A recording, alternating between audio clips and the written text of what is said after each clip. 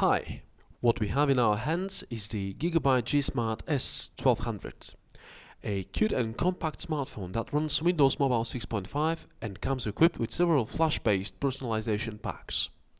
We will tell you about them later, and now let's take a look at the overall design. Looking at it, the handset slightly resembles the iPhone, but in reality it's much more compact than the latter. This is one of the smallest Windows Mobile devices that we have seen to date. It's made really well and feels great both in your hand and pocket. The display of the GSmart S1200 measures 3.1 inches, comes with WVGA resolution and delivers quite impressive image quality with richly saturated colors. It boasts great sensitivity for a screen utilizing resistive technology and remains usable even in direct sunlight. As a whole, we haven't had any problems with the hardware buttons, although most of them are rigid and require certain strength to press. The lack of flap to protect the microUSB slot that is on the right is slightly annoying, and the phone isn't equipped with a 3.5mm jack either.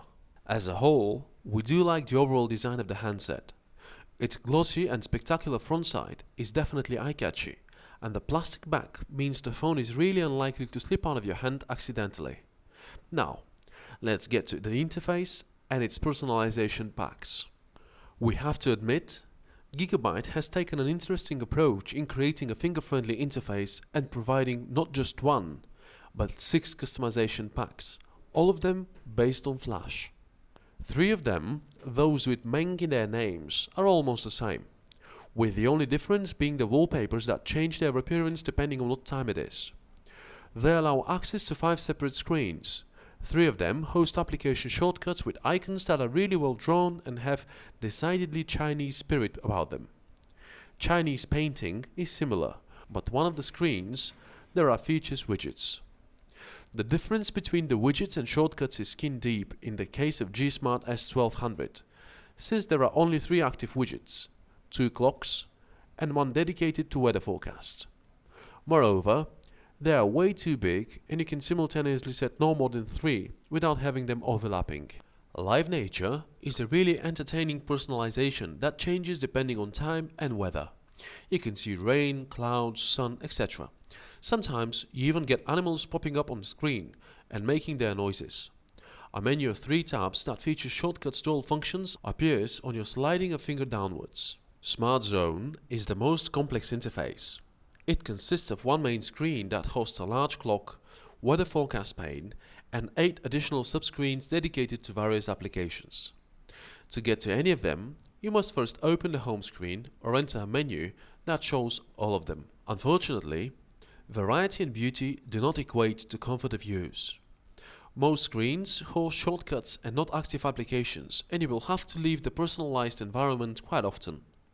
Moreover, you just can't figure out what's on the next screen before you get there, so you have to remember where the functions you need are, so as not to waste too much time searching around. The list of shortcomings of the interface packs of the GSmart S1200 can be expanded with 2 more things. First, none of them supports landscape mode. The phone doesn't support an accelerometer, and it would have been much better if there were a screen keyboard and browser utilizing the screen in its entire width. This is only possible in the standard Windows Mobile interface, where you can switch between screen orientations manually. Actually, that is where you will be able to enjoy a relatively smooth operation of the device. Obviously, the personalization packs have not been properly optimized, and the irritating hang-ups are more than just occasional. They ruin the good overall impression the interface creates and do get in the way. The manufacturer hasn't put any efforts into personalizing the basic applications, except for the phone contacts, where the first letter that the names of your contacts start with appears on the half of the screen and allow easy filtering. Dialing numbers and the call register are also finger-friendly. However, this is not something we can say is valid for the screen QWERTY keyboards. The keys are rather small, even if you have switched to landscape mode, so eventually you'll have to use the stylus. The numeric keypad comes with larger buttons, but their alignment is not the standard one, say the delete keys on the left and the spacebar on the right. This is something we got used to in time, but we would have liked it if the first symbol assigned to the one key was full stop and not apostrophe. As a whole, You can write at normal speed using the numeric keypad, and we prefer it to the QWERTY version.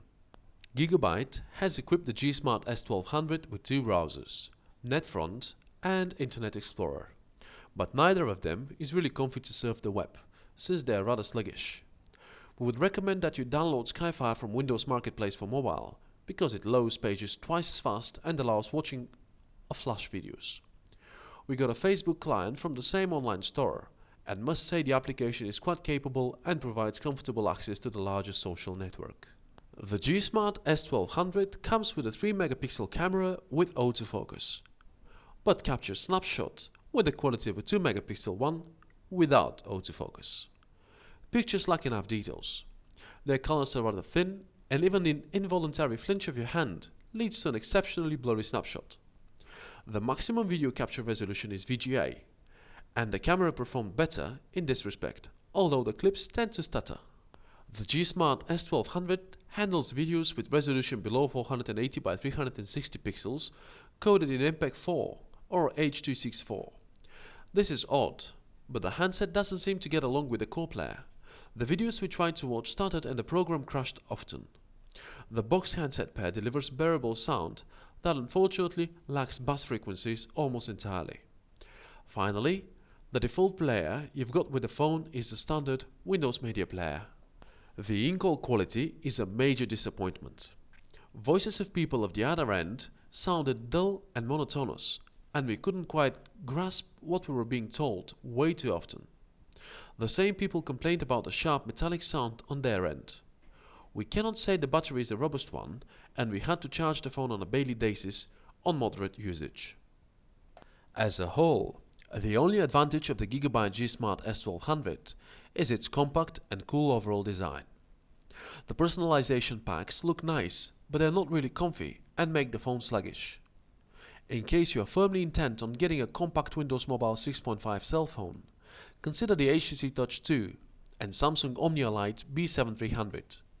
The former runs the already proven TouchFlow interface, and our first impression of the device is that it's a snappy performer indeed.